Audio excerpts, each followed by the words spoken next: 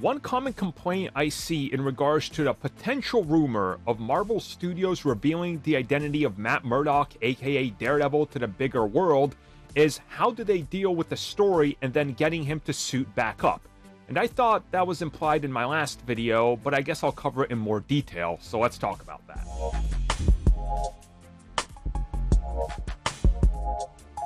As I said in the why revealing Daredevil's identity to the MCU would be perfect for Daredevil Born Again Season 2, it gives a completely different arc and perspective on the entire superhero identity thing. And a lot of people just assumed I was saying, well, once you reveal it, that's it. He's not going to be Daredevil again.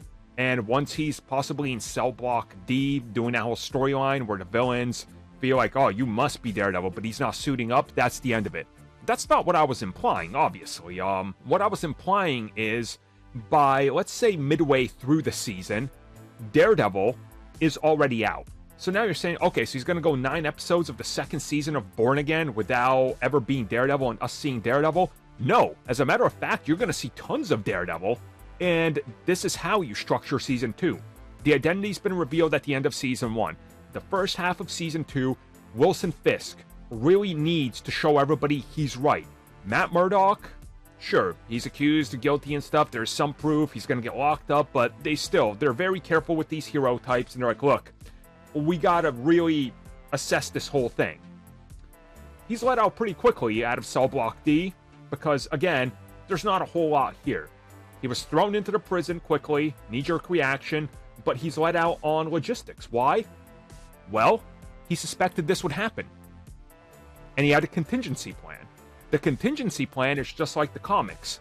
Danny Rand is going to suit up as Daredevil while Matt is saying he's not Daredevil, while he's in court, while Wilson Fisk is pushing him hard to admit, and while he was in Cell Block D. Hence why he's released quickly, but he's still battling this whole legal thing because there is a Daredevil running around out there. And while he has to present himself saying, look, I'm not Daredevil, okay? I'm not. Here, talk to some of the other people that have interacted with Daredevil. Here's Frank Castle. Here's the Punisher. He'll tell you I'm not Daredevil. Like, he's got all this support. And again, you use this to reintroduce a bunch of the Netflix characters. It's honestly perfect. I know people are having a knee-jerk reaction to revealing Matt's identity and those rumors, but it's really not that bad when you think about it. It's going to give us a completely different perspective on everything. They can use this to bring back old characters, recast, and reshape the street side of Marvel, and even then, really expand Matt Murdock's world. And ultimately, what would it mean if his identity was revealed? How many people would actually care? How much of a stranglehold does Fisk have on New York? What is the other motives here at play? I honestly think it would be a smart idea to reveal his identity, just because by the end of Season 2, you can go back on that.